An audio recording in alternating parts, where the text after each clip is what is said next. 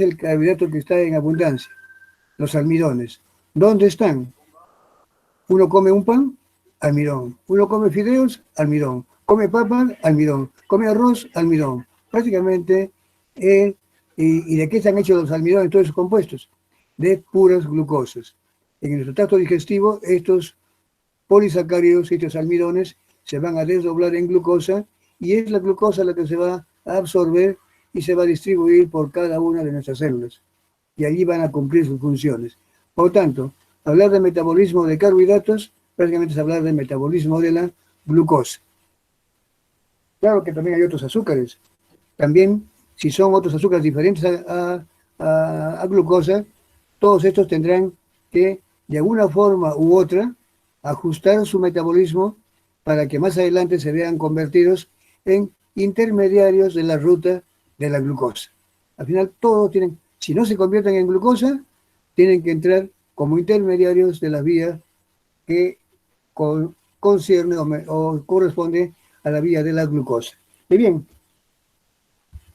las competencias, como siempre os indico aquí, son, describe el rol metabólico de los carbohidratos, en especial de la glucosa, como acabo de decirlo, en diferentes condiciones fisiológicas, normales y patológicas. Los mecanismos de regulación y sus implicancias en estados patológicos con precisión y citando ejemplos. Aquí hay unas específicas ya para cada una de las etapas que vamos a detallar, con respecto a lo que es la glicólisis, lo que es un proceso de descarboxilación oxidativa, lo que es el ciclo de Krebs, con referencia a la vía del fosfogluconato, lo que es la gluconeogénesis, ya hablando de síntesis en este caso, gluconeogénesis y síntesis y degradación de glucógeno. Todo esto es lo que trata el tema del metabolismo de carbohidratos, donde mayormente lo que está dominando, o todo lo menos, es metabolismo de la glucosa. El contenido que obtenemos. La primera parte va a ser sobre la degradación o catabolismo. Hablaremos de la glicólisis, qué cosa es, descarboxilación oxidativa, ciclo de Krebs, degradación completa de la glucosa hasta CO2 y agua. Cuando habremos hecho todo esto, podemos llegar a esta conclusión. ¿Cuántos ATP se habrán generado cuando la glucosa se ha degradado hasta CO2 y agua? Después de haberle ocurrido todo esto que está aquí arriba. La vía del fosfogluconato, ¿qué importancia tiene? ¿Dónde ocurre esta? Degradación de la galactosa y manosa.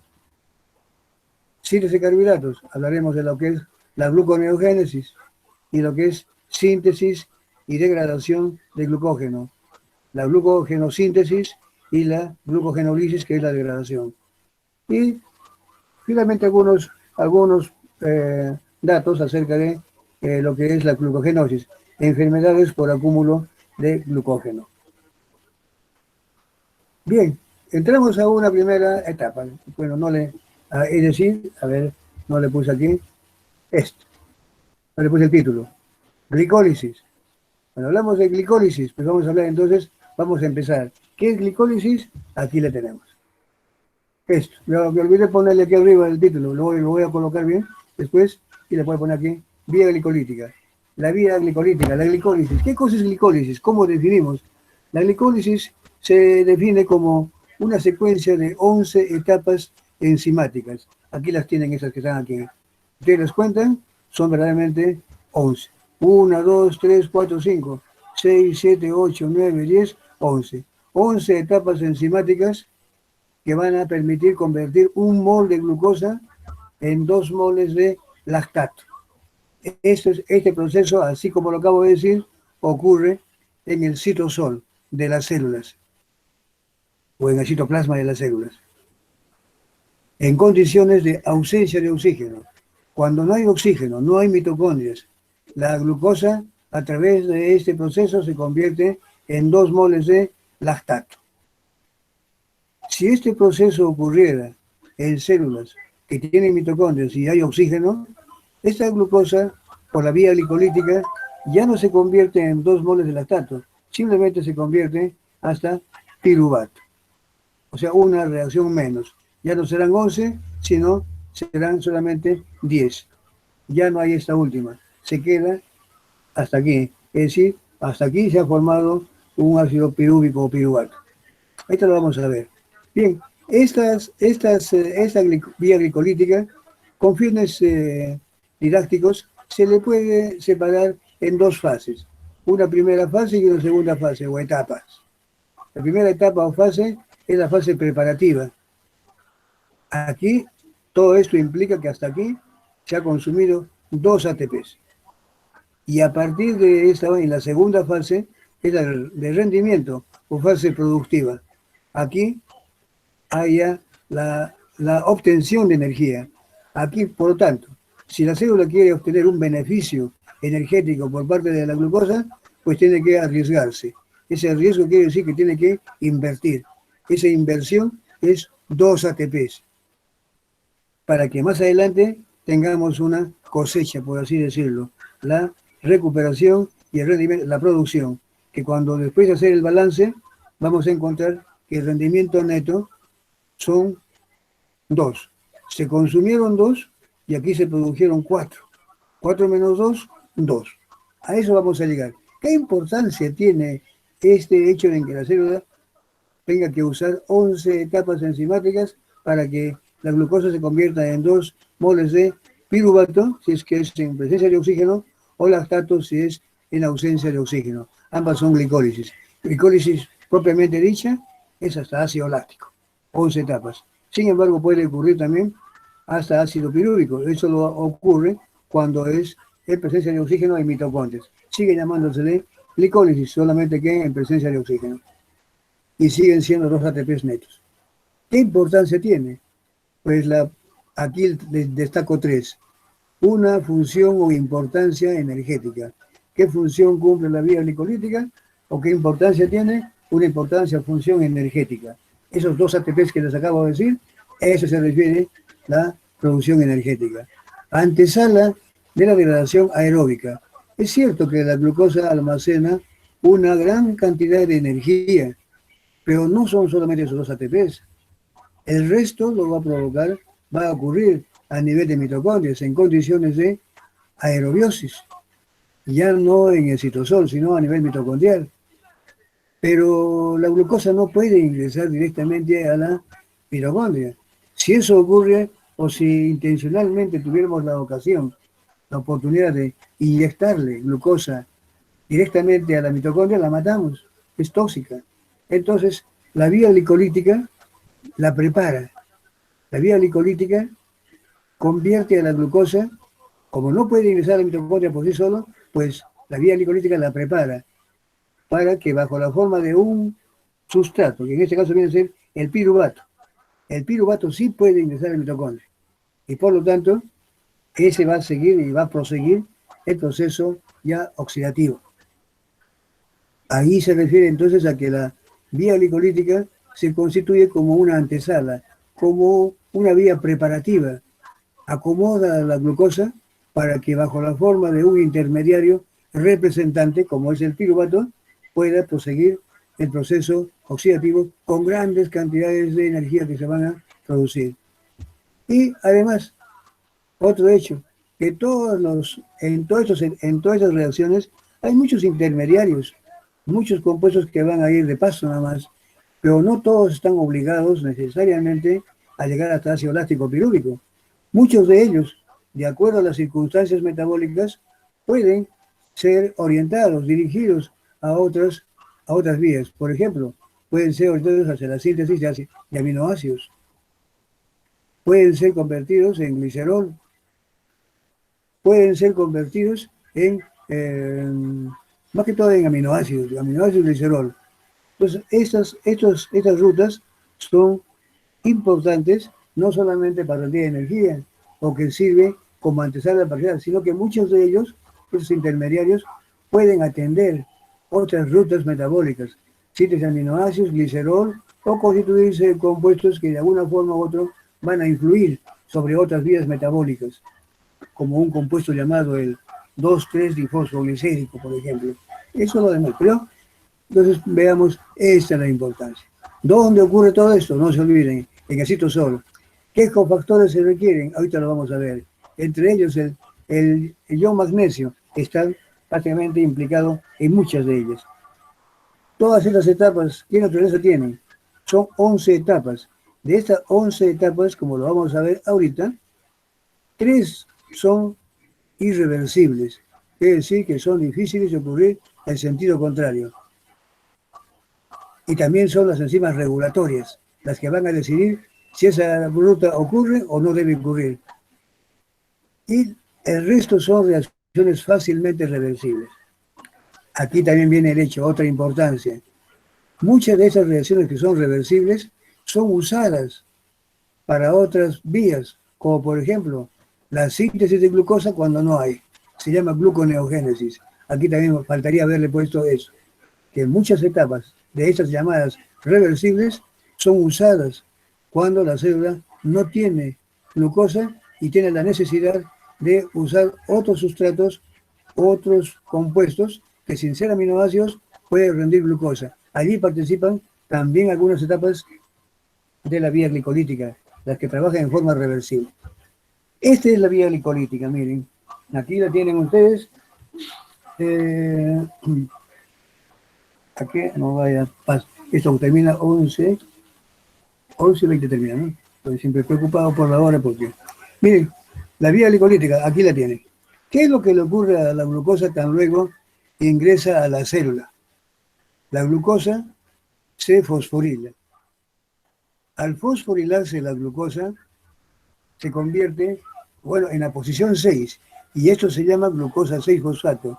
Esta reacción inicial es catalizada o es llevada a cabo por una enzima llamada exoquinasa, que en presencia de ATP y iones de magnesio fosforila la posición 6 y queda así como lo están viendo ustedes, glucosa 6-fosfato. Cuando estos niveles de glucosa 6-fosfato se incrementan demasiado, también tiene la capacidad de poder regular, inhibir. ¿Para qué más si eso todavía está aumentado? Esperar que esto vaya avanzando más. Estos son sitios de regulación. Como ven ustedes, estas reacciones que están en rojo son las irreversibles termodinámicamente. Quiero decir que solamente están ocurriendo en un sentido, de izquierda a derecha, mientras que las demás son fácilmente reversibles. Esta reacción, esta enzima exoquinasa, se encuentra en todas las células. Y también aquí existen isoenzimas de la exoquinasa. Son 4 en realidad. La isoquinasa 1, la 2, la 3 y la 4. Esta última que llamo exoquinasa 4 es más conocida como glucoquinasa. Es propia, exclusiva del hígado y páncreas. Esta glucoquinasa también cataliza lo mismo. A la glucosa la fosforila en la posición 6, dando lugar a glucosa y fosfato, también a expensas de ATP, iones magnesio. La única diferencia es que esta trabaja en el hígado y en páncreas y que es una enzima que tiene una KM bastante alta. Al decir alta, quiere decir que tiene una afinidad un tanto baja. Solamente funciona cuando hay alta concentración de glucosa. En cambio, la exoquinasa trabaja en otros tejidos y su KM es bastante baja. Cantidades pequeñísimas, suficiente para que esta ya pueda convertirla en glucosa 6-fosfato. La glucosa 6-fosfato, una vez que se ha fosforilado, ya no puede regresar. Esta es una forma de impedir glucosa que ingrese para que no se le escape la fosforila. Y como glucosa 6-fosfato ahora va a proseguir todas esas etapas. La glucosa 6-fosfato así formada, ahora, por acción de una enzima llamada la fosfoglucoisomerasa o glucosa-fosfato isomerasa, en un proceso fácilmente reversible, convierte a la glucosa en su isómero, es la fructosa 6-fosfato. Esta fructosa 6-fosfato ahora está exponiendo un grupo carboxilo que antes aquí estaba oculto, ahora aquí está expuesto, susceptible de ser fosforilado, es el carbono 1, y por acción de otra quinasa, se llamaría la fructosa 6-fosfato quinasa o simplemente la fosfofructoquinasa, que en presencia de ATP, iones magnesio, va a fosforilar en la posición 1 dando origen a la fructosa 1,6-bi o bisfosfato. Esto, hasta aquí entonces tenemos, todo estamos hablando de la fase de inversión. Mira, aquí se han gastado un ATP, aquí otro, hasta ahorita ya son 2 ATPs que se van invirtiendo, se están gastando. Luego viene una enzima llamada la aldolasa. La aldolasa es una liasa, una enzima que va a escindir, a partir a esta molécula de fructosa que tiene 6 carbonos, porque es una hexosa, la va a partir en 2 partes, 3. Esos 3 son la dihidroxiacetona fosfato, una triosa, y la otra triosa es gliceraldehído 3-fosfato. Esta fructosa se ha partido en 2 y ha generado 2 triosos fosfato. Repito, la dihidroxiacetona fosfato y el gliceraldehído 3-fosfato, por acción de esta aldolasa llamada aldolasa tipo A, y que trabaja en forma fácilmente reversible. Cataliza el proceso fácilmente reversible. Estas 2 triosas fosfato son interconvertibles, pero la reacción va a proseguir por este lado. Por lo tanto, cuando ocurre la acción de la aldolasa, vamos a tener un gliceraldehído, y esta dihidroxiacetona fosfato tendrá que convertirse en otro gliceraldehído, que al final vamos a tener aquí como si fueran 2 gliceraldehídos, y cada uno de estos va a seguir esta reacción. Primero lo hará una y luego lo hará otra. Es decir, esto ocurre por duplicado. Y así tendríamos entonces, hasta aquí, hasta donde estoy señalando, vendría a ser la primera fase. Es decir, es la fase preparativa. Fosforilación de la glucosa y fosfato, conversión de la glucosa y fosfato en fructosa por isomerasa, fosforilación de la fructosa y fosfato en bifosfato, aquí se gastó otro ATP, la escisión por la aldolasa en 2 triosas y la interconversión de las triosas por esas triosas fosfato isomerasas. Hasta aquí tenemos justamente este hecho. Hasta acá ha habido una fase de inversión, tenía que invertirse. A partir de aquí ahora, como le dije, viene la fase ya de recuperación o fase productiva. Cada uno de estos, un gliceraldehído en una siguiente reacción fácilmente reversible, catalizada por la enzima gliceraldehído 3-fosfato deshidrogenasa, fosforila y además oxida a este gliceraldehído, dando como producto a este intermediario altamente energético, el ácido 1,3-difosfoglicérico o 1,3-difosfoglicerato. Cuando dije que este compuesto es altamente energético, tiene tanta energía que tiene la capacidad de ceder su fósforo energéticamente al ADP, generando ATP. Esta síntesis de ATP se denomina síntesis de ATP a nivel de sustrato. Y esta reacción es catalizada por una enzima quinasa, la fosfogliceroquinasa o la 1,3-difosfoglicerato quinasa. Fosfogliceroquinasa, proceso fácilmente reversible y dependiente también de iones magnesio, al igual que el anterior. Al haber cedido un fósforo de la posición 1, altamente energético, al ADP, ahora este ya no tiene por qué llamarse 1,3, ahora queda simplemente convertido en el ácido 3-fosfoglicérico o 3-fosfoglicerato.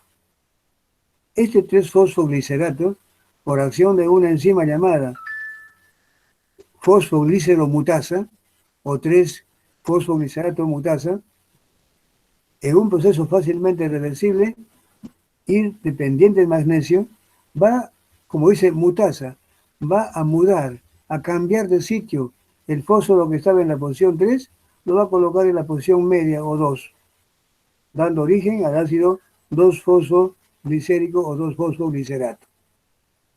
Este 2-fosfoglicérico o 2-fosfoglicerato, seguidamente, por acción de una enzima que también trabaja de manera muy fácilmente reversible, va a deshidratarse, reacción que también depende de magnesio.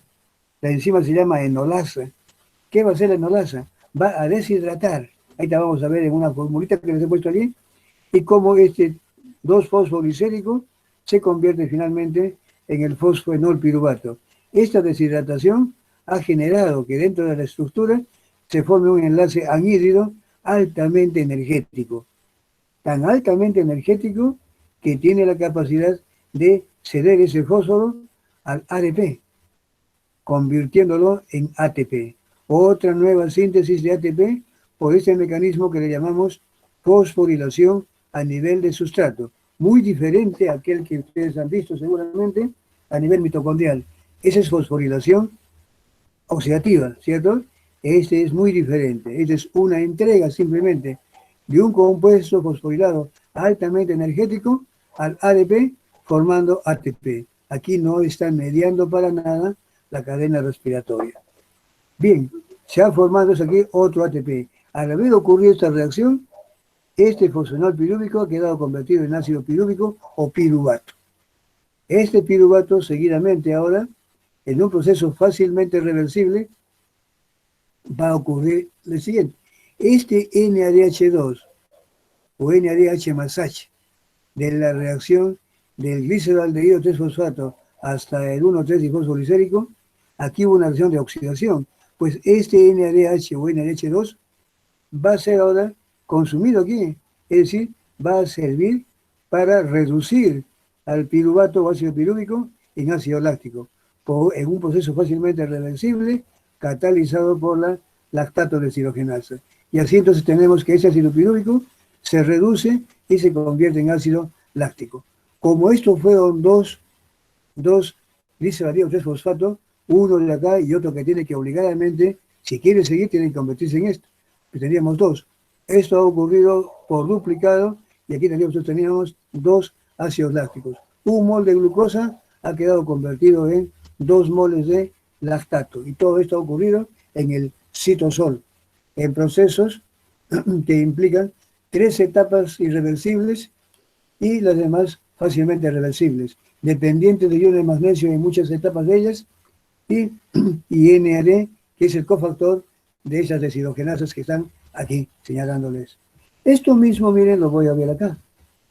Aquí tienen estas, ya hay formulitas. Este es el carbono 6, OH, se fosforila en posición 6. Este se isomeriza y se convierte en fructosa. Este grupo ahora que antes estaba aquí, no se mira, estaba oculto, ahora se expone y nuevamente es fosforilado y se convierte en la fructosa 1,6 bisfosfato. Por acción de la aldolasa se desciende en 2, se parte en 2 y quedan 3 para acá, 3 para acá. Este se llama dihidroxacetona fosfato y este gliceraldehído. Fácilmente interconvertibles. Este gliceraldehído va a fosforilarse y a oxidarse, dependiente también de iones de magnesio. En este proceso se va a formar este compuesto altamente energético. Este símbolo que le pongo acá como una S echadita indica alta energía. Y bien, se ha formado entonces el ácido 1,3 bifosfoglicerato o fosfoglicérico. Este va a ceder su fósforo energético al ADP, convirtiéndolo en ATP, en un proceso fácilmente reversible y catalizado por esta quinasa. Aquí este ha quedado en el 3-fosfoglicérico, ya no es 1,3, solamente es 3-fosfoglicérico o glicerato. Esa es la posición. Entonces, ¿qué va a pasar ahora? A continuación, este fósforo que está en la posición 3 va a pasar a la posición 2. Ese traslado, esa muda, lo hace a través de una enzima llamada fosfogliceromutasa. ¿Ya la pasó por acá? ¿Estaba acá o está acá? Y se llama 2-fosfoglicerato. Ahora aquí, ¿qué hace la enolasa? Va a retirar agua. Saca un hidrógeno de acá, otro de acá, y queda este compuesto. Y aquí se ha encendido este enlace altamente energético nuevamente. Características del fosfonol piruvato. Este fosfonol pirúvico ahora va a entregar ese fósforo con enlace altamente energético al ADP para generar ATP. Y se convierte en piruvato o ácido pirúvico. Ese finalmente, por reducción de este lactato de deshidrogenasa, va a tomar los hidrógenos que están acá. Uno lo tomará acá, otro acá, y miren, se convirtió en el ácido láctico, que no viene a ser sino el producto de la reducción del piruvato. Como todo esto ha ocurrido por duplicado, pues aquí tenemos todos los lactatos. Las etapas reguladoras, las más importantes, son esta que estoy aquí señalando. Esta que ya le dije hace un momento, que se puede inhibir por niveles altos de ATP y niveles elevados de la propia glucosa 6-fosfato. En cambio, aquí, pero sin embargo, esta es la más importante.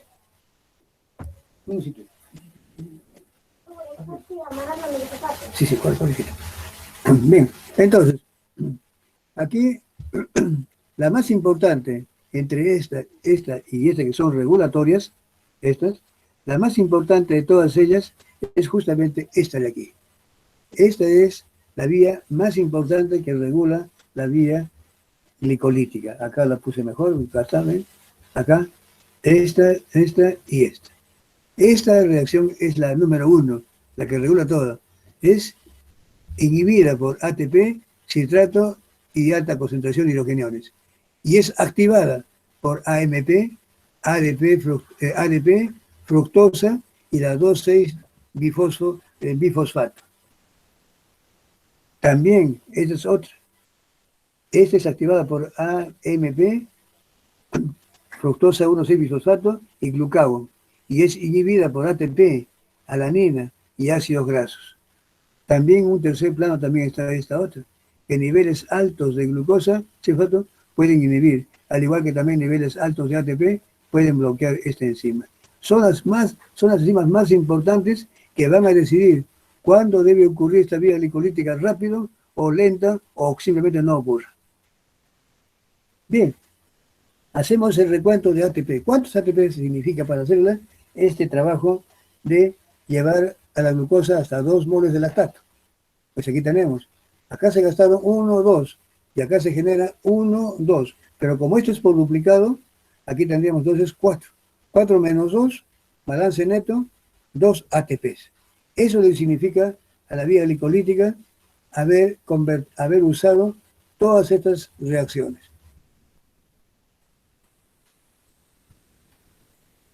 Los hematíes, por ejemplo, claro, la mayoría de organismos tenemos ATP que generalmente deriva mayoritariamente de las oxidaciones a nivel mitocondrial, proceso de transferencia de electrones, ¿cierto?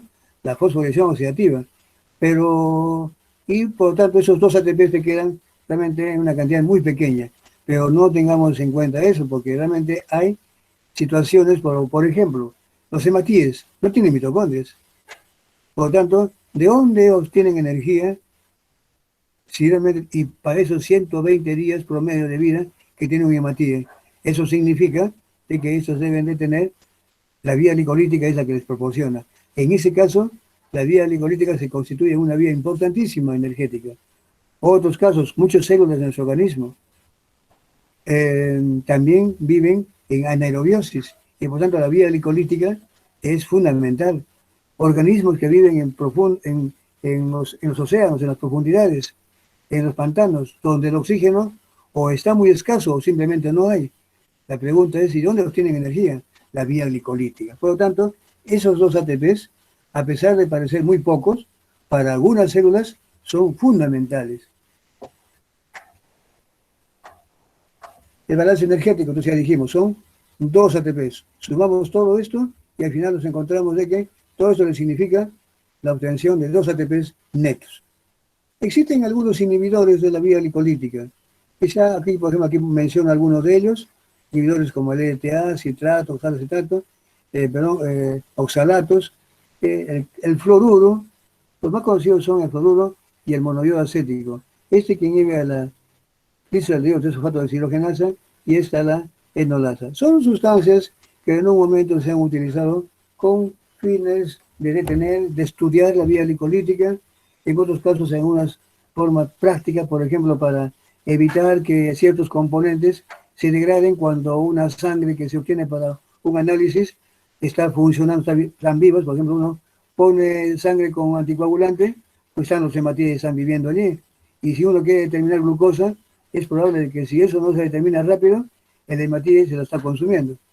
Entonces, una forma de evitar que haya eso, pues inhibiendo la vía glicolítica, por ejemplo. En otros casos, para estudiar las etapas o los intermediarios de la vía glicolítica, han sido útiles estos llamados inhibidores. No hagamos mucho caso de eso, lo hubiera dejado mejor quitado, pero se los he dejado allí. No haga mucho caso. Bien, una vez que ha ocurrido todo este proceso de la vía glicolítica, esto es lo importante, ¿eh? ¿Para qué ocurre la vía glicolítica? Muy bien, es hasta ácido láctico, pero en la gran mayoría de nuestros tejidos hay oxígeno, hay mitocondrias, por lo tanto, la vía glicolítica toma un nombre, se llama glicólisis aeróbica. Ya no ocurren las 11 etapas, serán solamente 10. Y este piruvato, que serían 2, si es que vemos que deriva de la glucosa, estos 2 piruvatos ahora van a ingresar al mitocondrio. Le dije, la vía glicolítica en esos casos se constituye como una vía preparativa, acomoda, hace posible de que si la glucosa no puede entrar acá, pues entra bajo la forma de un representante, el piruvato. El ácido pirúvico ingresa a la mitocondria y lo primero que ocurre aquí dentro de la mitocondria es un proceso que se denomina descarboxilación oxidativa del piruvato, que la va a convertir después de oxidarse y de descarboxilarse, deja convertido en acetilcoenzima A. Eso es lo que estamos viendo aquí. Entonces, aquí, la descarboxilación oxidativa del piruvato es un proceso que ocurre en la mitocondria, exclusivamente mitocondrial. ¿Y a qué hace? Que este ácido pirúvico, que puede venir de la glucosa, pero también puede venir de otras fuentes, puede venir de aminoácidos, pero todo esto es en la mitocondria. Este piruvato se va a convertir en acetilcoenzima A, después de haberse oxidado y descarboxilado. Y allí viene el nombre de descarboxilación oxidativa. Y está a cargo de un complejo multienzimático. No es una sola enzima, son 3. E1, E2, E3. Todo esto lleva el nombre de complejo de la piruvato deshidrogenasa. Y aquí van a ver ustedes el requerimiento de 5 derivados, 5 cofactores necesarios para que esto ocurra. Derivados de vitaminas del complejo B. 1, 2, 3, 4, 5. Los 5 participan en este momento aquí. Esta E1, E2 y E3 son la E1 piruvato deshidrogenasa, cuyo cofactor enzimático es el pirofosfato de tiamina, que es la forma activa de la vitamina B1. La E2 se denomina la dihidrolipoil transacetilasa. Su cofactor es el ácido lipoico, lipoato, otro componente del complejo B. Y la E3, que viene a ser la dihidrolipoil deshidrogenasa, que tiene como cofactor a la riboflavina, que es la forma activa de la riboflavina, que es el FAD. La riboflavina es la vitamina B2 y el FAD que viene a ser la flavina, adenina, dinucleótidos, ¿cierto? Y aparte de eso, ya no formando cofactores de las enzimas, está la coenzima A, que es la forma activa del ácido pantoténico, otro componente del complejo B, y así como también la niacina, o el ácido nicotínico, que es la niacinamida, que está formando parte de la NAD, la nicotinamida adenina dinucleótido. 5 vitaminas del complejo B, que son las que son necesarias para que esto ocurra, de piruvato hasta acetilcoenzima A. Aparte de estas 3 enzimas que conforman el complejo piruvato deshidrogenasa, también esta enzima tiene que ser, es una enzima reguladora. ¿Y cómo se regula? La regulación viene de muchas formas. Hay enzimas que pueden regularla. Son 2. La piruvato deshidrogenasa quinasa, como dice quinasa, esta es la fosforila. Si actúa esta, al fosforilada la inhibe.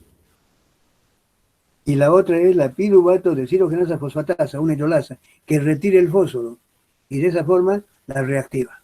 Entonces aquí, esa que inhibe y la otra que la reactiva, o sea, quitando el fósforo. Y aparte, esas son enzimas que regulan, entonces, fosforilando o desfosforilando. Aparte de esto, también, cuando este producto, acetilcoenzima A, se incrementa demasiado, esta tiene la capacidad de poder inhibir su propia formación. También, niveles altos de NADH2, esta también tiene la capacidad de poder bloquear a esta misma enzima. Es una enzima reguladora importante. Todo esto ocurre a nivel mitocondrial. Este es el complejo de la piruvato, eh, complejo, esto es, así me explico, complejo de la piruvato deshidrogenasa, que provoca la descarboxilación oxidativa del piruvato. Aquí les dije, el piruvato puede venir de la glicólisis, como hemos visto ahorita. Esa glicólisis aeróbica que convierte la glucosa en dos piruvatos. Ese piruvato va a la mitocondria y se pone a en esas condiciones. Acá. O bien también puede venir de aminoácidos. Que bien, aquí, una vez que está acá, primero se descarboxila, miren. Luego, esto es por acción de la E1. Luego viene la E2 aquí. Luego participa la E3. Acá la tenemos. Y miren, finalmente ocurre esto. Aquí están las partes, con esa representación, siempre estamos viendo este proceso que aquí le he puesto en un solo momento, pues aquí esto ocurre en etapas. Simplemente les hago ese dibujo para mostrarles que esto ocurre así. Y aquí se va viendo el orden. Primero viene la E1, la E2 y la E3 en este proceso. Y así es como acá, por ejemplo, se descarboxila este compuesto unido allí. Seguidamente esto se separa de aquí y entra la E2. Seguido de esto viene la coenzima A. Se la lleva como acetilcoenzima A y deja este compuesto. Pero aquí eso queda reducido. ¿Cómo puede volver a su estado oxidado? Que este FAD toma los hidrógenos y se convierte en FDH2.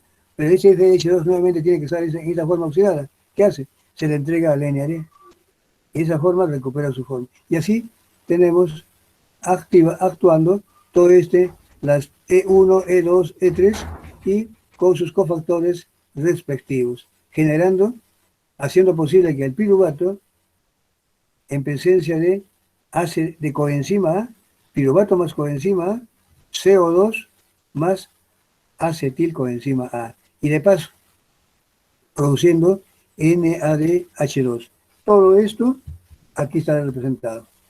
Todo esto que estoy mostrando ha tenido que ocurrir aquí. Este es un resumen de lo que estoy mostrándoles ahorita. ¿Ven? Este es entonces el proceso de la descarboxilación oxidativa por acción de este complejo multienzimático llamado piruvato deshidrogenasa y que ocurre, como saben ustedes, en la mitocondria, generando CO2, acetilcoenzima A y además NADH2. Como estamos en la mitocondria, este NADH2, ¿a dónde irá? A la cadena respiratoria. ¿Cómo es eso? Claro, se va de repente al FMN, luego a la coenzima Q, citocromo B, C1, citocromo oxidasa y el oxígeno que se convierte en agua. Al haber hecho eso, ¿qué está ocurriendo? Se están bombeando hidrogeniones al espacio intermembrana, generando la gradiente de hidrogeniones para que en su retorno lo haga por el complejo ATP sinteasa, formando ATP. Ahí estamos viendo eso, todo eso va a ocurrir, toda esa historia ya ustedes la conocen. Pero entonces ahí le vemos cómo también esto puede ir a la cadena respiratoria para generar finalmente ATP. Y de paso, esta acetilcoenzima que se va formando, la pregunta es, ¿y a dónde va todo esto? ¿Para qué se ha convertido el piruvato en acetilcoenzima A? Ah, es que más adelante alguien la está esperando. Ese alguien se llama ciclo de Krebs, como lo puse aquí, miren, acá, donde estaba aquí. Ya está en la mitocondria, ya se convirtió, y la pregunta es, ¿y ahora para qué se va a hacer esto? Ese acetilcoenzima A es el que va a ir ahora al llamado ciclo de Krebs, que es lo que vamos a ver luego. Ahí está el famoso ciclo de Krebs. ¿Qué cosa es el ciclo de Krebs? Bueno, toda esta secuencia cíclica de etapas enzimáticas que lo que hacen es generar muchos agentes reducidos. El NADH2, NADH2, FADH2, NADH2. Y además, dos descarboxilaciones, CO2, CO2. Y como este ciclo de Krebs, llamado así, está siempre trabajando de brazo, por así decirlo, con esta cadena respiratoria, este oxígeno cada vez que estos hidrógenos hacen entrega de sus, una vez que estos NADH2 o NADH más H hacen entrega de sus hidrógenos a la cadena respiratoria, se va a reducir el oxígeno en agua y de paso se va a crear la gradiente que más adelante se va a vamos a verlo convertido en ATP. Entonces hay una función energética a la vista. Pues bien, eso en forma general. Entonces, este es el famoso ciclo de Krebs. ¿Dónde ocurre este ciclo de Krebs? Se llama ciclo de Krebs en primer lugar en honor a su descubridor o al que lo estudió primero, Hans Krebs. Pero también se ha visto de que el primer compuesto caracterizado, característico y estable de esta ruta es el ácido cítrico o citrato. De allí que también se le conoce como ciclo del ácido cítrico. También aquí se puede ver algunas otras características. Hay tres intermediarios que les estoy aquí mostrando. Tres intermediarios.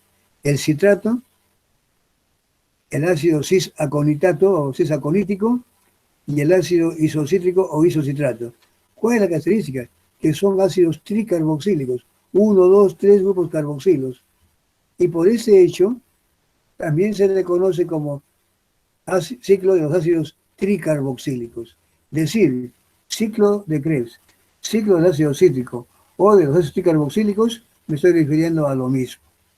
Se trata de esta vía cíclica donde vamos a ver que el acetilcoenzima A ingresa, se descarboxila y propicia la liberación de NADH2 y FADH2, que van a alimentar a la cadena respiratoria para reducir el oxígeno y de paso crear gradiente que después se va a ver traducida en la formación de ATP. Todo eso ¿dónde ocurre? En la matriz mitocondrial. Todo ocurre en la matriz mitocondrial. Todas estas enzimas están en la matriz mitocondrial. Allí están funcionando. Bien, ¿cómo ocurre? ¿Cómo se inicia? Pero aquí tenemos, esto lo he puesto como recuerdo. Esto es la glicólisis. Glucosa hasta piruvato. Es porque está el oxígeno y en mitocondrias. Entonces, ya no hay necesidad de que se convierta en lactato. Se convirtió solamente en piruvato. Este piruvato ingresó a la mitocondria y se puso a disposición de esta enzima, de este complejo, la descarboxilación oxidativa por la piruvato deshidrogenasa, que la convirtió en así coenzima A en presencia de NAD. Aquí hay coenzima A y se descarboxila. Bien, allí entonces estamos viendo esto. Pero eso sabemos muy bien de que el piruvato también puede venir de aminoácidos. Pero aquí, como estamos hablando de carbohidratos, echémosles mano a esto. Pero no olvidemos que también aquí hay aminoácidos que pueden rendir piruvato. Pero todo esto es en mitocondria. Se ha formado acetilcoenzima A. Esta acetilcoenzima A ahora va a iniciar la reacción, el proceso del ciclo de Krebs, por acción de una enzima que se llama la citrato sinteasa o citrato sintetasa. ¿Esta qué va a hacer? Va a condensar, a juntar, por así decirlo, a reunirlos, el oxalacetato o ácido oxalacético con acetilcoenzima A.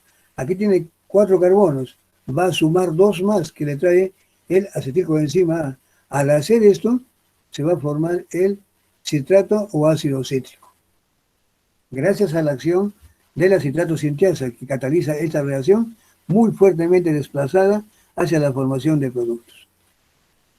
Aquí, ahí, a este nivel, donde estoy señalando con el puntero, a este nivel es donde se incorpora esto. Acá viene primero el CH2, C, O, ese coenzima A. Ahí se llamará citril coenzima A, ¿no? O sea, citril coenzima A, que rápidamente desprende su coenzima A y queda con el ácido, con este compuesto, el ácido cítrico o citrato. Es el producto estable. Bien, pero hay un detalle, también hay un problema, de que este acetilcoenzima A tiene que tener, de nada le serviría a este piruvato estar convirtiéndose todo en acetilcoenzima A, una gran cantidad de acetilcoenzima A, y qué tal si no hay oxalacetato con quien se tenga que juntar. Pues entonces, cuando esto se incrementa demasiado, dije hace un momento, ¿qué cosa ocurre? Que se inhibe esto. ¿Para qué formar más si hay suficiente? Se inhibe esta piruvato de deshidrogenasa niveles altos de acetilcoenzima A, y el mismo acetilcoenzima A en alto activa a esta otra, que estoy señalando, la piruvato carboxilasa, para que el piruvato, en lugar de convertirse en acetilcoenzima A, se convierta en oxalacetato. Es el trabajo que hace la piruvato carboxilasa.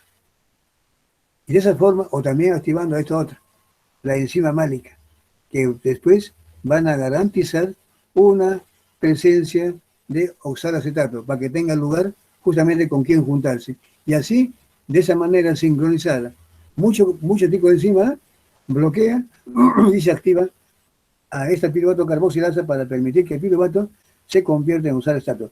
De esa forma se está garantizando a alguien con quien tenga que juntarse.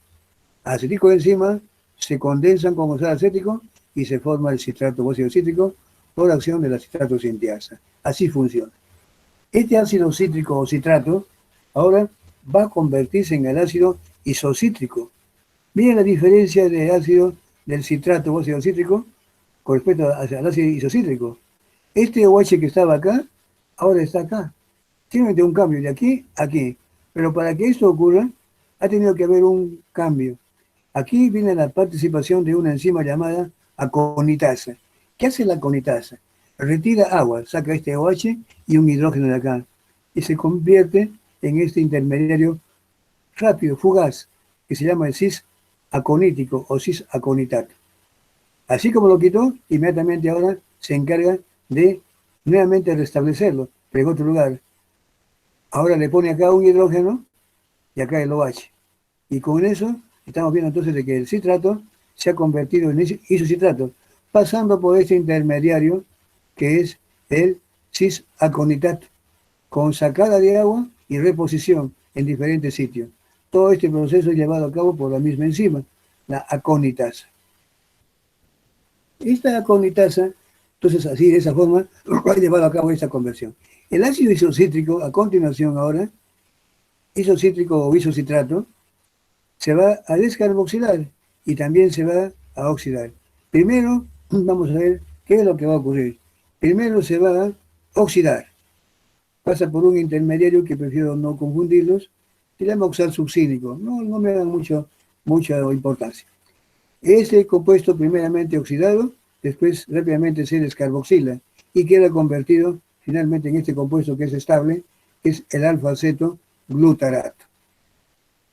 La reacción es catalizada por una enzima isocitrato deshidrogenasa. Como ven, aquí también hay una oxidación y una descarboxilación, pero la enzima no es de esa característica. No es descarboxilación oxidativa.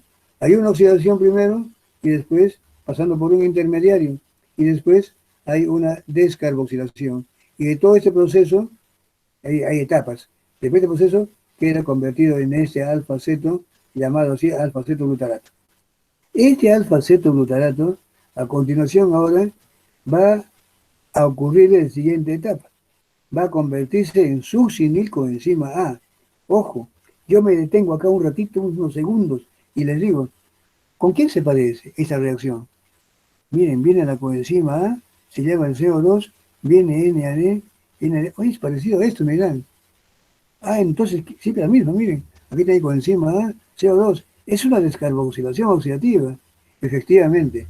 Esta reacción es una descarboxilación oxidativa y quien cataliza este proceso es un complejo multienzimático que ya no se va a llamar piruvato deshidrogenasa, sino se va a llamar alfa-acetoglutarato deshidrogenasa.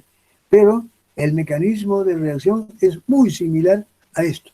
Aquí también hay una E1, E2, una E3, y también están los 5 cofactores vitamínicos que hemos descrito para acá.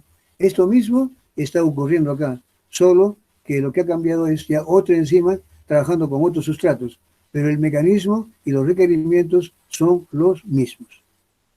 De todo esto entonces surge ahora el succinilcoenzima A, otro intermediario. Este succinilcoenzima A tiene aquí, le he puesto un símbolo, una S de charita, indica un contenido altamente energético. Esa energía puede ser liberada cuando esto se va a escindir. La enzima que cataliza este proceso es la succinilcoenzima sintiasa. así se llama. Esta va a liberar la coenzima A y la energía va a ser captada por el GDP y fósforo inorgánico. De todo esto va a surgir el GTP, que rápidamente se hidroliza y esa energía es transferida rápidamente al ADP para convertirlo en ATP. Otro nuevo proceso llamado también de fosforilación oxidativa que ocurre a este nivel, entre el paso del succinilcoenzima A a succinato, por acción de esta enzima succinilcoenzima A sinteasa, se le llama así. El succinato o ácido succínico, seguidamente ahora por acción de una enzima, la succinato deshidrogenasa, que tiene como cofactor ya no NAD, sino FAD, va a provocar una oxidación. El succinato se oxida y se convierte en fumarato. Se ha perdido un hidrógeno de acá y se ha perdido otro de acá y queda convertido en fumarato. ¿Dónde se han ido los hidrógenos? Ahora los vemos en poder del FADH2, que va a ir a la cadena respiratoria y luego para reducir el oxígeno. Este fumarato ahora aquí se va a hidratar por acción de una fumarasa, se incorpora un mol de agua y miren, de ser así, ahora queda con esta forma. Esta nueva estructura se denomina malato o ácido málico. Este malato finalmente, por una reacción catalizada por la enzima malato deshidrogenasa, que tiene como cofactor al NAD, este va a oxidar el malato y convertirlo en oxalacetato. Miren, se va prácticamente acá me he equivocado, pues acá, este OH es aquí arriba, no es aquí abajo. El OH es aquí. Y eso sí, para que quede así. Entonces se va un hidrógeno, se va el otro y queda este compuesto. Bien, lo pueden quitar de acá. Le quitan uno de acá y queda eso. Solamente que dan la vuelta y ya queda para arriba.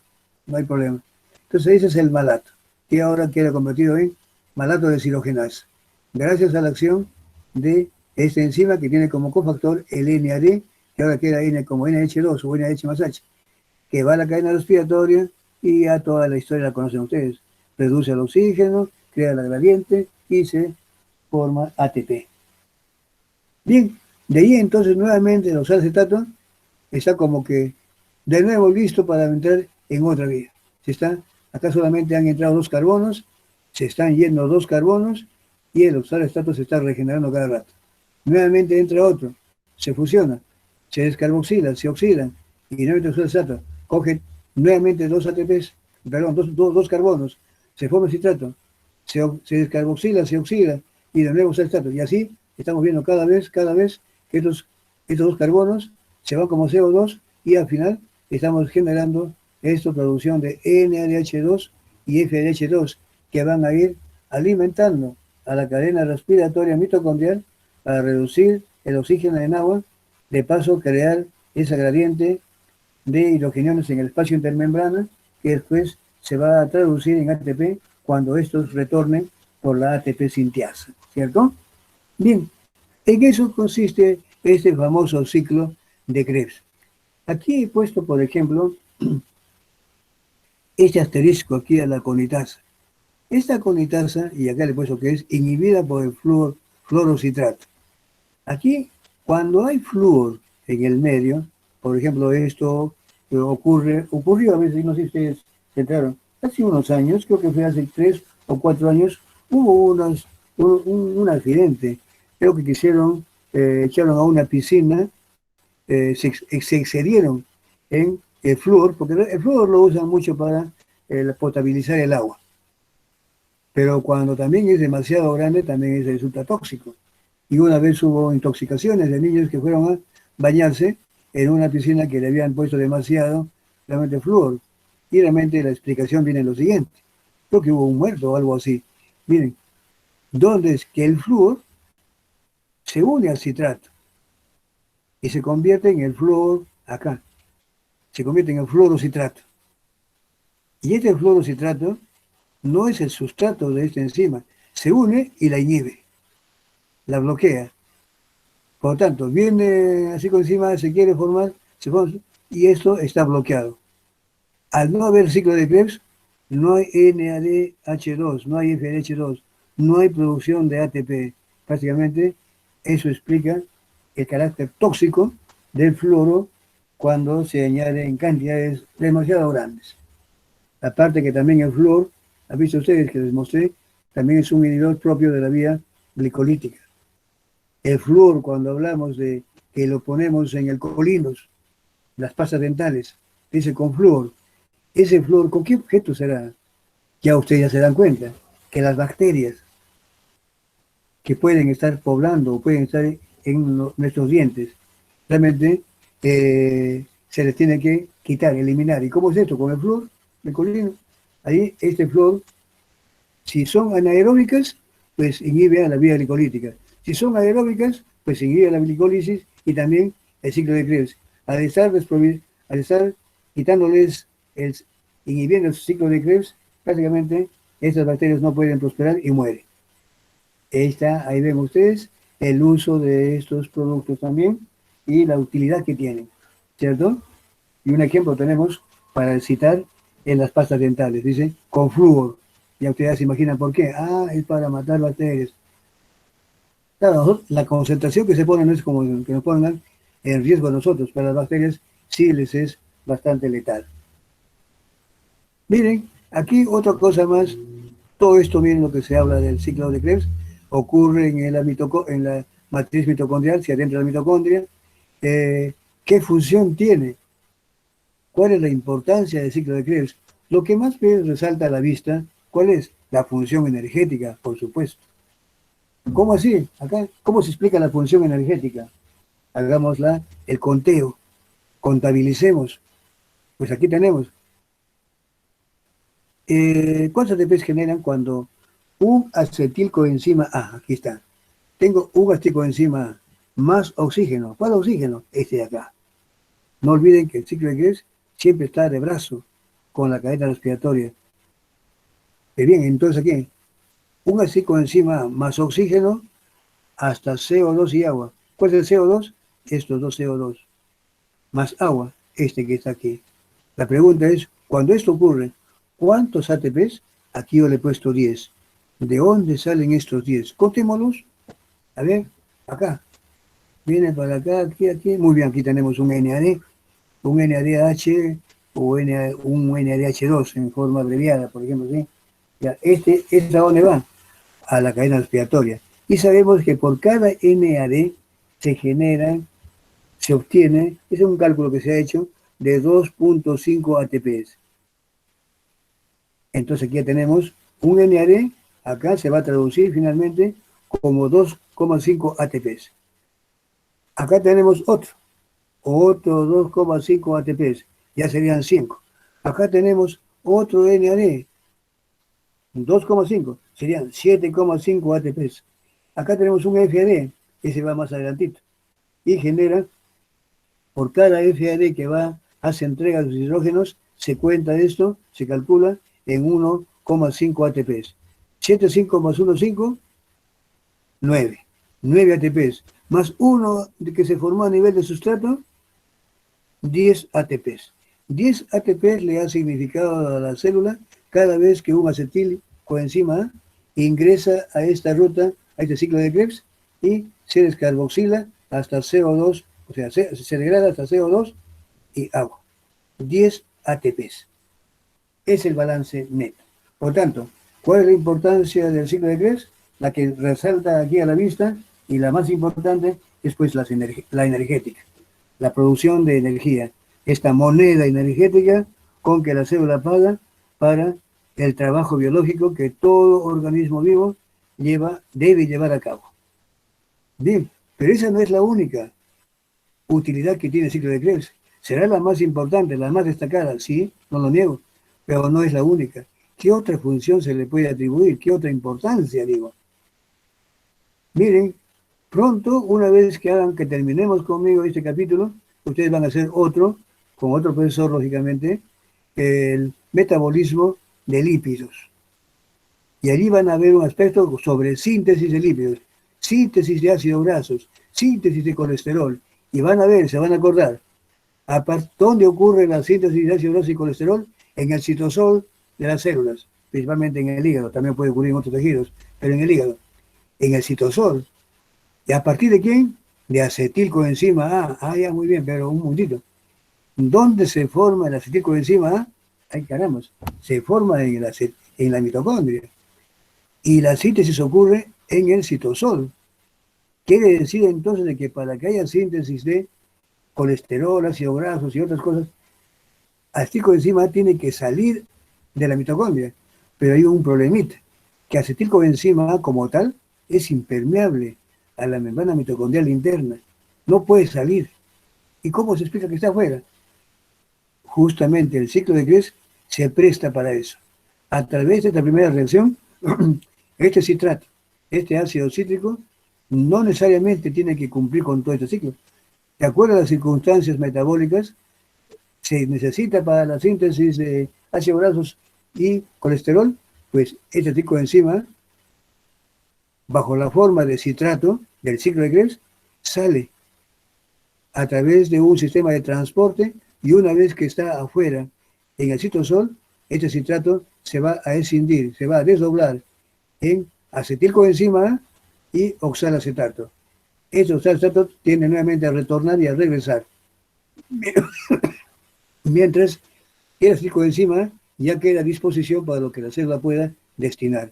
Entonces estamos usando, el ciclo de Krebs se está prestando para que a través de forma de citrato, ese acetil haga pueda salir a atender otras funciones.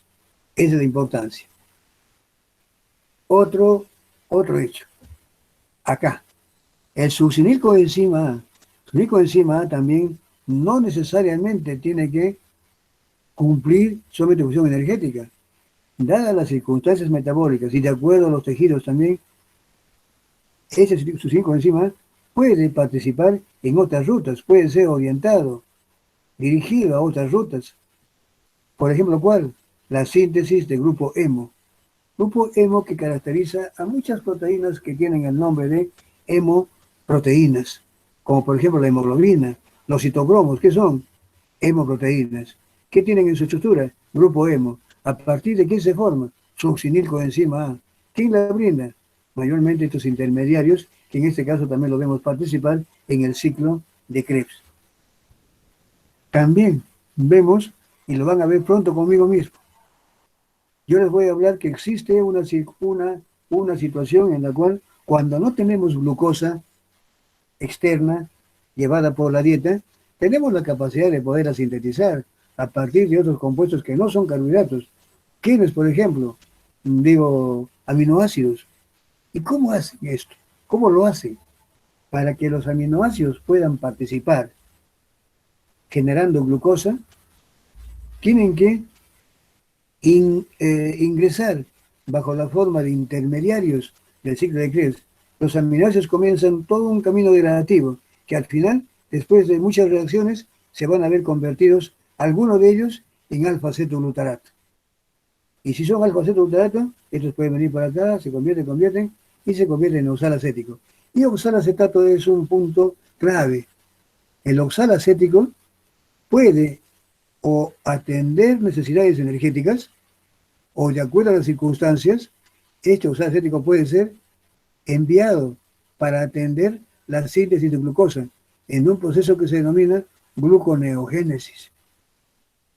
Otros aminoácidos se degradan. Después de haberse degradado, sus carbonos pueden verse convertidos en succinilcoenzima A, ya estarían aquí. Al estar aquí, estos hacen este recorrido y se convertirían en oxalacético.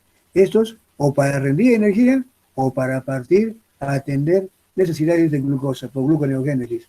Otros lo pueden hacer convirtiéndose en fumarato, otros en malato y otros inclusive directamente en oxalacetato.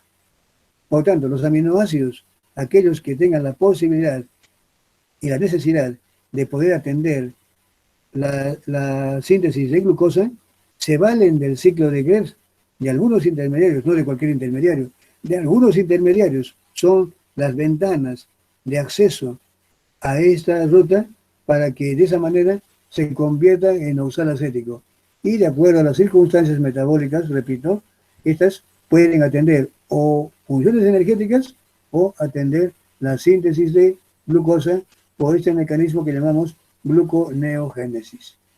Miren para todo lo que sirve el ciclo de Krebs.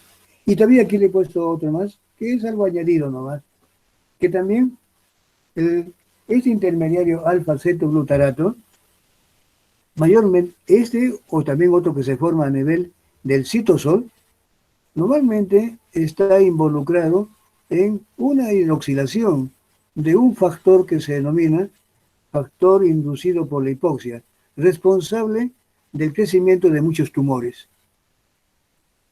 Una falla de la enzima isocitrato deshidrogenasa puede hacer de que esa enzima defectuosa convierte al isocitrato en otro compuesto que no es el alfa-cetoglutarato.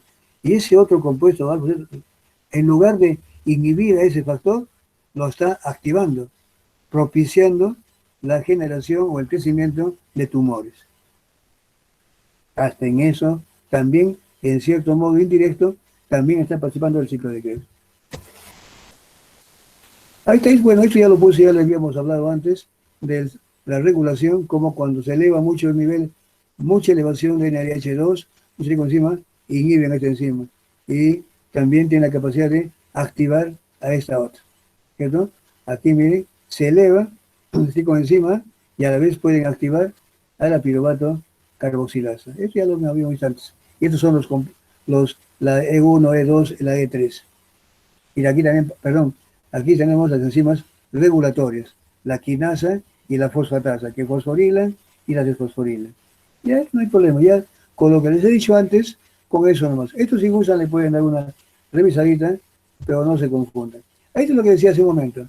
Este alfa-cetoglutarato normalmente tiende a activar, junto con fierro y ascorbato y oxígeno, a unas hidroxilasas, que al hidroxilar a este factor inducido por la hipoxia, lo hidroxila y lo desvía hacia la degradación proteosómica, la anula. Pero si esta enzima está fallada, esta enzima así, con defecto, no lo convierte en alfa-ceto, ese lo convierte en ese D2-hidroxiglutarato, que muy lejos de activar a esto, va a activar, va a estabilizar a este factor. Al estabilizar, justamente va a propiciar todas estas actividades enzimáticas, que en resumen va a generarse va a traducirse en un crecimiento y proliferación celular de ciertos tumores. Yo lo meto como una idea general, ¿ya? Entonces no quiero, yo no voy a preguntar, pues, ¿quién está actuando sobre esto y esta cosa? No, estas enzimas están de una forma u otra involucradas en crecimiento tumoral, por no haber este alfa-ceto, que normalmente tiende a activar esta hidroxilasa para desviarla y quitarla del medio. Esto se forma cuando hay una hipoxia, baja tensión de oxígeno. Allí ocurre esto, en algunos tejidos, propiciando la formación de tumores. Ahora sí vemos, miren esto, como ese es el resumen general de cuánto de ATP se genera cuando un mol de glucosa, que tenemos, un mol de glucosa se degrada en presencia de oxígeno. ¿Cómo es eso? Glucosa más oxígeno, acá está. Veamos que ya es degradación aeróbica. Entonces, glucosa más oxígeno hasta CO2 y agua. ¿Dónde está CO2? Acá está CO2 y agua, acá. Ahora, entonces, ahora vemos ya todo en global. Vía glicolítica, descarboxilación oxidativa, ciclo de Krebs, de brazo con la cadena respiratoria. ¿Cuántos ATPs? Muy bien, vamos a contarlos. Muy sencillo. Ustedes ya deben ya tomar en cuenta. Esta es la vía glicolítica, lo que estoy señalando. Hasta acá. Como es en presencia de oxígeno, hay una reacción menos. Esa ya no se produce. Se queda como piruvato, ¿cierto? Entonces, glucosa se convierte en 2 piruvatos. ¿Cuántos ATPs genera la vía glicolítica? ¿Aeróbica o anaeróbica? 2 ATPs, ¿cierto? Siempre van a ser 2. Acá hay 1 y 2. Como son 2, serían 4. Menos 2 de aquí, 2 ATPs.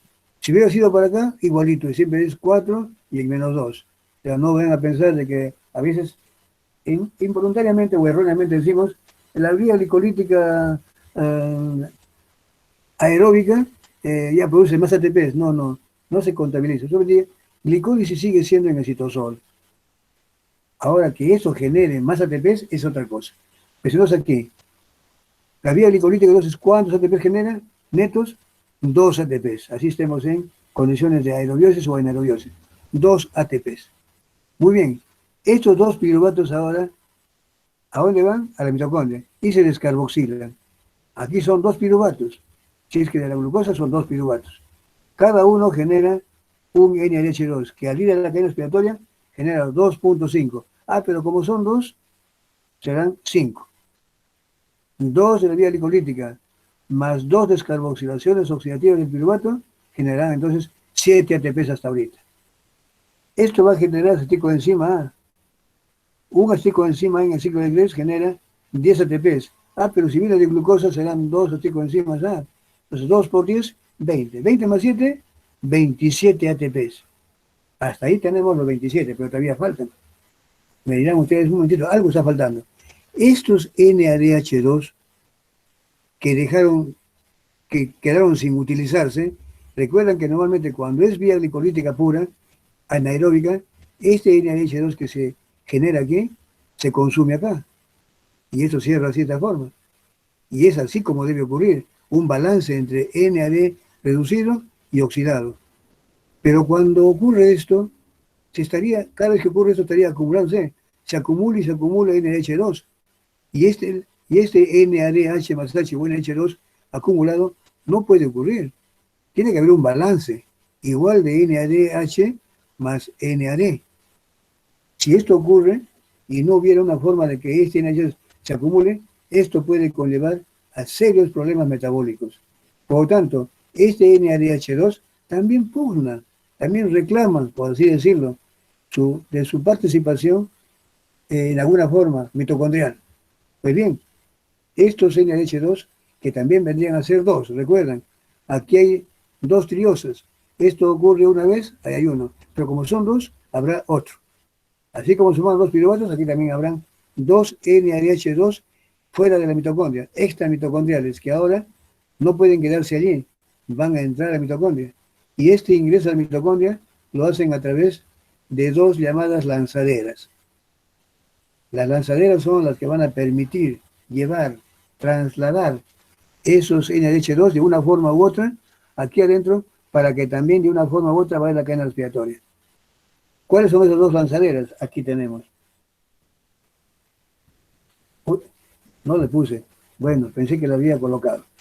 Para ustedes no les he puesto. Solamente entonces les voy a comentar en palabras. Si gusta yo le puedo aumentar acá, cuando ya les mande las diapositivas, le puedo aumentar las 2 lanzaderas. Pero no quiero que ustedes se confundan. Cuando pongo el dibujo y las formulitas, vea que quieren repasar y ser minuciosos en eso. Por eso que preferí no ponerles. Pero lo puedo hacer, no hay ningún problema. Pero no se confundan. Yo les digo acá, son 2 lanzaderas. Una que se llama del glicerol fosfato.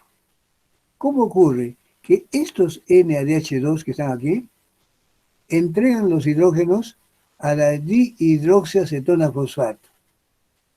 Si ustedes observan a la dihidroxiacetona fosfato y le entrego 2 hidrógenos, van a ver que se convierten en glicerol 3-fosfato.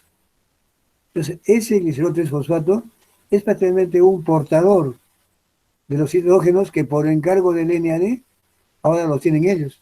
Eso lo ha hecho una deshidrogenasa, que ha tomado los hidrógenos y lo han incorporado a esta dihidroxi, convirtiéndose en glicerol 3-fosfato. Ese glicerol 3-fosfato tiene boleto fácil, gratis, y ingresa aquí a la mitocondria. Una vez que está en la mitocondria, aquí le espera una enzima, en la mitocondria. Una enzima que es una deshidrogenasa, pero que tiene como cofactor FAD. Es una glicerol 3-fosfato deshidrogenasa, pero que tiene como cofactor el FAD. Ese FAD recibe esos hidrógenos, se convierte en FADH2 y se regenera la dihidroxiacetona fosfato que sale nuevamente a la mitocondria. Sale de la mitocondria el citosol a traer otro. Bien, Si aquí se formó un FADH2, aquí era NADH2, pero acá es FADH2. Este FADH2 va a generar 1,5 ATPs. Como son 2, generará 3. Entonces, 27 más 3, 30. 30 si es que usa la lanzadera del glicerol fosfato. Pero la otra lanzadera es del malato aspartato. Este malato, ¿qué va a hacer? Este malato va a, el oxalacetato. Toma 2 hidrógenos. Recuerden que aquí afuera también hay oxalacetato. Yo voy a volverles al ciclo de Krebs, miren, para ser más o menos parecido a lo que va a pasar acá. Este compuesto también se encuentra fuera del citosol, un oxalacetato. Ese, por acción de una deshidrogenasa málica, también citoplasmática, le entrega los hidrógenos del NAD, uno acá y otro acá. Entonces, por tanto, se convierte en ¿qué? En este compuesto, es decir, en el malato.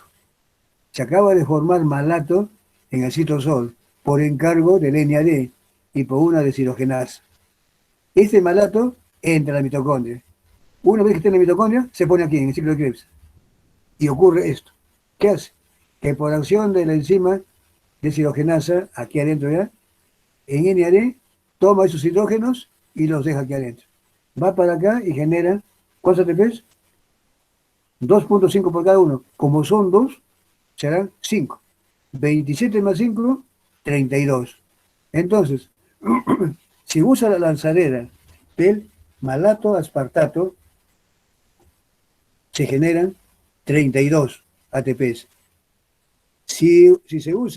Si usa la lanzadera del glicerol fosfato, se usan 30. Entonces, esto es el balance neto. Acá está, acá lo tenemos, aquí. Balance neto. Glicólisis, 2 ATPs. 2 NADH2 extramitocondriales que usan lanzaderas. Si es la lanzadera del del glicerol fosfato, 3 ATPs y dan 30. Pero si usa la lanzadera del malato aspartato, son 5. Y por tanto la diferencia va a ser de 2. Los demás ya saben, hay 2 descarboxilaciones oxidativas que son 5 y 2 ciclos de Krebs serían 20. La diferencia solamente radica en eso, 3 o 5 de estos NADH2 extramitocondriales que también pugnan por entrar a la mitocondria. Se quedan afuera sin ser usados, pues tienen que entrar y hacen el uso de una u otra lanzadera. Las dos son valederas, 30 o 32, depende cuál haya usado la célula. No se podía diferenciar cuál ocurre y cuál no. Las dos pueden estar. Ese es entonces, miren, todo el balance neto. ¿Ven? Todo esto, como ven ustedes lo que les estoy hablando, no se confundan, ¿no? Así como yo lo que les estoy explicando, que después ustedes van a tener la grabación rápidamente, hoy día mismo, su coordinador, el doctor Juan Aquino, él me hace el favor de rápidamente, acabo la clase y más tarde ya le está haciendo llegar la grabación para que ustedes vayan repasando. Y aparte de eso también, les enviamos después el PowerPoint de esta práctica, perdón, de esta clase. Así con eso, entonces, con lo que yo les estoy explicando y con el PowerPoint, prácticamente ustedes van a estar prácticamente muy bien preparadas para responder a las preguntas que yo también me tengo que ceñir de lo que yo estoy diciéndoles.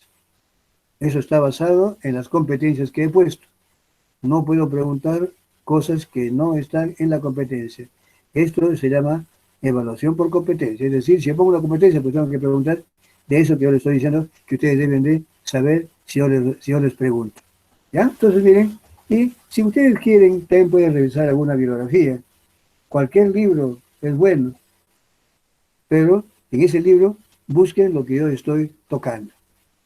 Y eso solamente lo estudian, ¿ya? No se preocupen. Bien, entonces, ahora entramos con esto, entonces, lo que es vía glicolítica, descarboxilación oxidativa y piruvato, y degradación completa. Ya hemos hecho todo lo que es la vía, esa energética implicada con el ciclo de Krebs. Pero hay una vía que todavía falta, es la vía del fosfogluconato. Aquí le estoy mostrando. El dibujito mismo se les puede grabar ya en su mente. Uy, ustedes dirán, oye, esto, ¿qué cosas? Ahora sí que nos remató el profesor. Esto sí está lo más difícil posible. Al contrario, yo estoy segurísimo que las preguntas que yo formule de esto, ya garantizado que me lo van a responder. Miren, yo no voy a ser minucioso en preguntar esa reacción de acá que ocurre para acá. Simplemente lo importante. ¿Qué es la vía del fosfogluconato y cuál es su importancia? ¿Dónde ocurre? Eso es lo que yo tengo que ceñirme para inspirarme, por así decirlo, a elaborar alguna pregunta. Que al final, ustedes, con un poquito que recuerden, quedamos nosotros satisfechos. Miren, como ven ustedes, la vía del fosfogluconato es esto que está en azul. Estas etapas que las he puesto aquí con flechitas azules. Lo demás que está aquí, como ven ustedes, ¿esto a qué cosa es? Ah, me dirán ustedes, esto es la vía glicolítica, es la glicólisis. Sí, sí, sí, sí, es la glicólisis, me dirán. Sí, porque está ocurriendo en el citosol. Igual también, esta ruta también está ocurriendo en el citosol. Ah, muy fácil. Acá está la mitocondria, miren, ah, ya muy bien. Perfecto, ya está, ubicado. La vía del fosfogluconato, ven ustedes, es un desvío. Dice, mira, acá está, en lugar de ir para acá, se ha desviado, ha hecho otras cositas, y más adelante, de nuevo se vuelve a integrar a la vía glicolítica. Y nada más.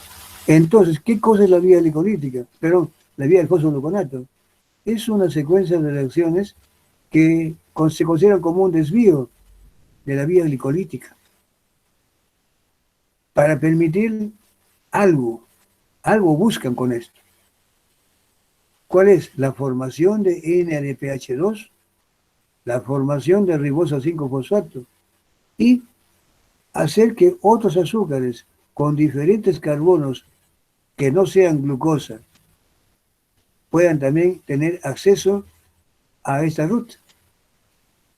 Estas son las tres funciones más importantes que hay que destacar en la vía del fosfogluconato. ¿Por qué se llama así?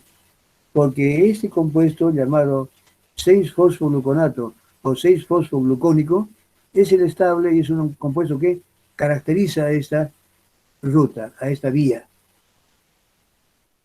También se le conoce como nombre de las ribosas 5-fosfato o de las pentosas fosfato. Vía de las pentosas fosfato o vía del fosfogluconato son sinónimos. ¿Por qué vía de las pentosas fosfato? Porque aquí tenemos ribulosa 5-fosfato es una pentosa, ribosa 5-fosfato es una pentosa, cirulosa 5-fosfato es una pentosa. Esto es lo que le ha caracterizado o la que le ha valido también para que esta ruta sea considerado como con otro nombre, el vía de las pentosas fosfato. Muchas etapas de estas son, todas son reversibles, excepto esta primera, que es irreversible, termodinámicamente irreversible. Las demás son fácilmente reversibles. Junto también con esta también es irreversible. Todo el resto, fácilmente reversible. Miren, ¿cómo se inicia esta vía? Aquí, la glucosa, por acción de una enzima, glucosa 6-fosfato deshidrogenasa. Si digo deshidrogenasa, es una oxidorreductasa, que si no utiliza NAD, FAD, bueno, tiene que ser NADP. En este caso, esta enzima en especial, glucosa 6-fosfato deshidrogenasa, es una enzima que requiere o tiene como cofactor enzimático al NADP, que al oxidarla, ¿en qué la convierte? En fosfodelta gluconolactona, quedando el NADP en su forma reducida, NADP H más H, o en forma abreviada, nosotros le decimos simplemente como NADPH2. Claro, lo correcto es decir NADPH más H, pero más fácil es NADPH2, ya suponemos que es la forma reducida. ¿Ya? Entonces, una vez que ha ocurrido esta reacción, este fosfogluconolactona, delta fosfogluconolactona, es un compuesto que todavía sigue cíclico. Viene a la lactonasa y la va a convertir en una forma lineal.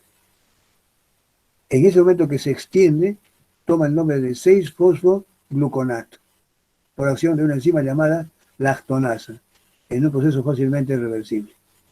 Este 6-fosfogluconato o 6-fosfoglucónico,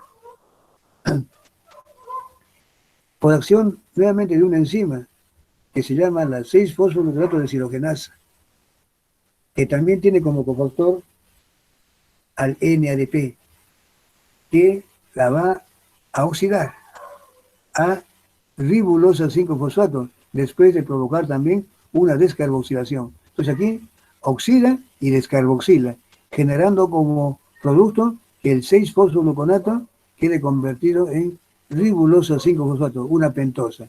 Dexosa ahora queda una pentosa. Esto ha ocurrido en este proceso de descarboxilación y además hay una oxidación. Eso no es descarboxilación oxidativa, por si acaso. No es ningún complejo. Por aquí pasan intermediarios que al final se va a ver un producto primero descarboxilado y después este producto descarboxilado se va a oxidar y liberando NADPH más H o NADPH2 y ribulosa 5-fosfato.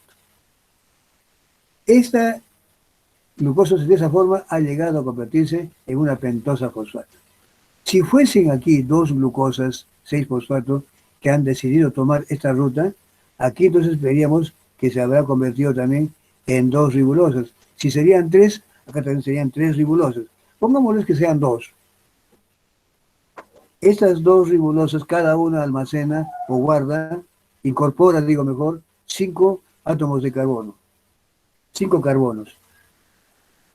De estos 5, por acción de la isomerasa, una ribulosa puede convertirse en ribosa. Es un isómero nada más. Pero entonces viene una isomerasa y la puede convertir en ribosa 5-fosfato. O también puede convertirse por acción de una epimerasa en silulosa 5-fosfato. Si estuvieran las dos, pues tenemos 5 carbonos y 5 carbonos, serían 10. Acá viene una enzima, una llamada transcetolasa. Esta enzima transcetolasa, que tiene como grupo prostético o requiere vitamina B6 y también la B1, pirofosfato de tiamina y vitamina B6.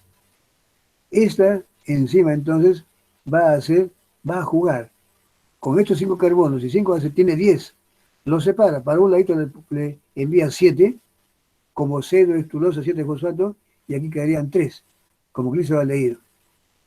Si es que desea, la reacción puede quedar acá, nada más, y listo, y ahí termina todo. Pero puede tener la posibilidad de todavía de seguir más adelante, juntarse los dos y generar gliceraldehído y cedoestulosa 7-fosfato.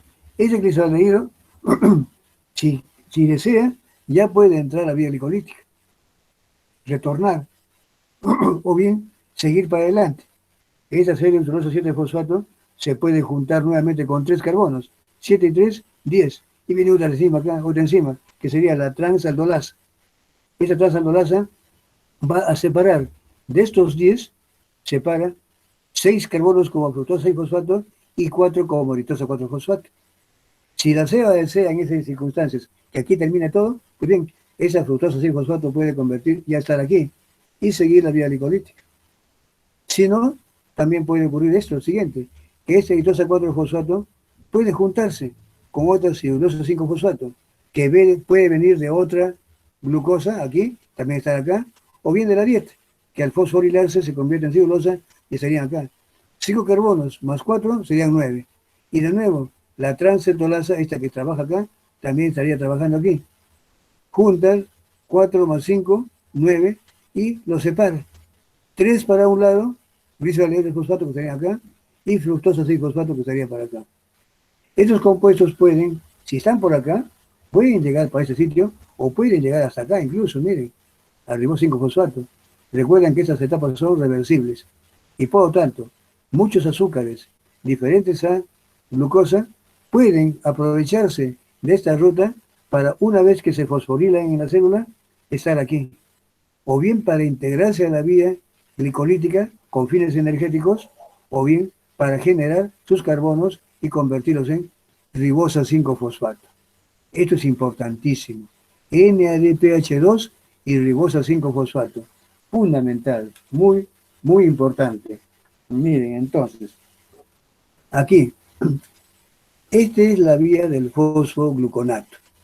Una vía alterna, un atajo de la vía glicolítica, donde la glucosa va a desviarse a través de una serie de etapas enzimáticas, generando NADPH2, haciendo posible la formación de ribosa 5-fosfato y también permitiendo de que otros azúcares con carbonos diferentes a la glucosa, como pentosas, triosas, tetrosas, septosas, pueden también participar en la vía glicolítica con fines energéticos o para formar ribosa 5-fosfato. Entonces aquí ya vemos, estos se integran como intermediarios nada más de la vía glicolítica. Entonces de esa forma estamos viendo entonces de que la vía de la pentosa fosfato ocurre en el citosol, tiene tres funciones importantísimas: generar NADPH2, ribosa 5-fosfato, y hacer posible de que otros azúcares, que por más que se encuentren en cantidades muy pequeñas, siempre llegan a nuestro organismo. Pueden ser pentosas, pueden ser eftosas, tetrosas, triosas. Es decir, todas, la pregunta es, ¿y cómo se pueden degradar estas? Pues por la vía glicolítica. ¿Y cómo lo hacen? Gracias a esta oportunidad que les da estos intermediarios para integrarse a la vía degradativa y así después más adelante estarse convertidos en piruvato, que van a también a rendir energía o tener la posibilidad de generar ribosa, de acuerdo a la función y a los requerimientos del organismo. Veamos cuáles son esas funciones que cumplen. Aquí las tenemos. La importancia de la vía del fosfogluconato: producción de NADPH2, producción de ribosa 5-fosfato y permite la degradación de otros monosacáridos. Bien, aquí tenemos entonces tejidos con vía de las pentosas fosfato activa. No todos los tejidos trabajan con una vía de fosfato activa. Probablemente pueda estar en todas, pero en unos trabajando a más alta tasa que en otros. Esta vía va a variar en cuanto a su actividad dependiendo el momento metabólico y la diferenciación de tejidos. Es decir, qué cosa hacen estos.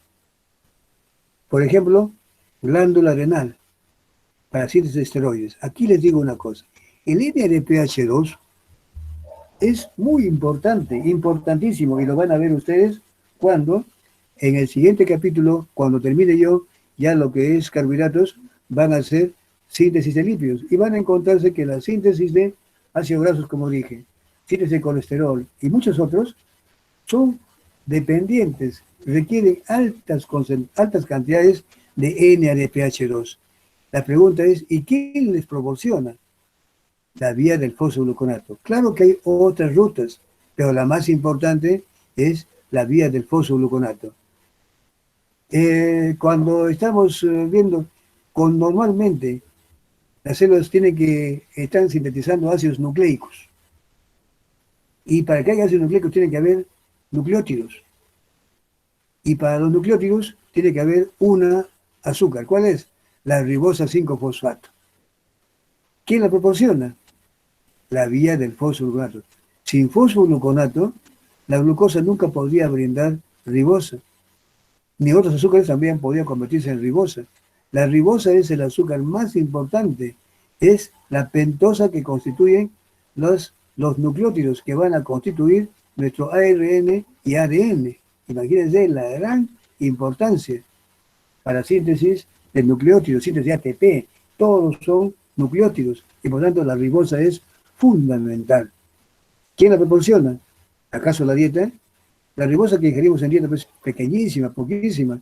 La mayor parte de la ribosa que está aquí a disposición es la que nos proporciona la vía del fosfogluconato. Y también permite esta, como ya le dije, esta otra. Por tanto, si de alguna forma u otra está en defecto o inhibiéramos la vía del fosfogluconato, imagínense qué vías estarían viendo implicadas, afectadas. La vía de síntesis de colesterol. Estaría afectándose la síntesis de ácidos grasos. Se estaría afectando la síntesis de ácidos nucleicos. Se estaría afectando la posibilidad de que otros carbohidratos puedan ingresar, se estarían acumulando en nuestro organismo.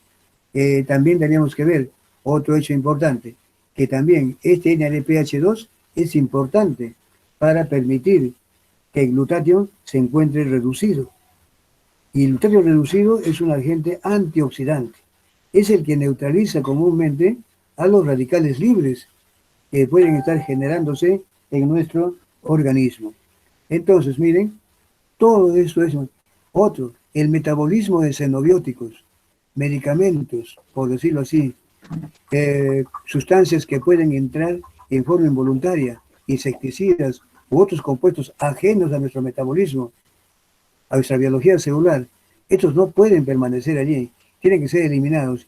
Y en este proceso de eliminación, que se denomina metabolismo de xenobióticos, allí hay uno de ellos, de los tantos que existen, uno que se llama de la citocromo P450 oxidasa. Esta requiere grandes cantidades de NADPH2. ¿De quién lo proporciona? Gracias vía del fosfogluconato. Y aquí, dependiendo entonces del tipo de tejidos, la glándula adrenal está continuamente sintetizando esteroides. Los esteroides son derivados del colesterol. Por lo tanto, NADH2, NADPH2. Hígado, síntesis de colesterol y ácidos grasos. Y estos requieren NADPH2. Testículos, síntesis de esteroides, igual que el ovario. Tiene esteroides. Y los esteroides son derivados del colesterol. Y también los procesos posteriores también requieren de por sí NADPH2. Tejido adiposo, síntesis de ácidos grasos, con gran consumo de requerimiento de NADPH2. Glándula mamaria, para prepararse durante la lactancia, síntesis de ácidos grasos. Hematíes, mantenimiento del gluten reducido, es el que está más investido por radicales libres, pues esto continuamente lo están combatiendo. Y además de eso le sumamos la necesidad de la ribosa para la síntesis en todas las células de la presencia de nucleótidos. ¿Ven? Aquí, principales vías que requieren NLP, aquí tenemos de síntesis, ácidos grasos, colesterol, neurotransmisores, nucleótidos, desintoxicación, reducción del glutatión oxidado para convertirse en reducido, cofactor de la P450 monoxigenasa que les dije, todo esto es dependiente de NADPH2. Imagínense, una vía del fosfogluconato afectada, todo esto se puede ver afectado. Una pregunta que puedo hacerlo por ahí. Más que seguramente tengo que preguntarles algo de eso. Entonces ahí ya tienen ustedes prácticamente para responderme con facilidad. Y finalmente, miren aquí, ¿qué viene después? Allá, bueno, menos mal, porque tengo solamente dos, son rápidos. Bueno, aquí en estos 3 minutitos. Aquí tenemos un hecho muy importante, la degradación hepática de la fructosa. La fructosa, por ejemplo, a diferencia de la glucosa, la fructosa, si bien es cierto que también puede fosforilarse por acción de la exoquinasa, aunque lo hace con una KM un poquito más alta, con menos afinidad, y sigue esta ruta.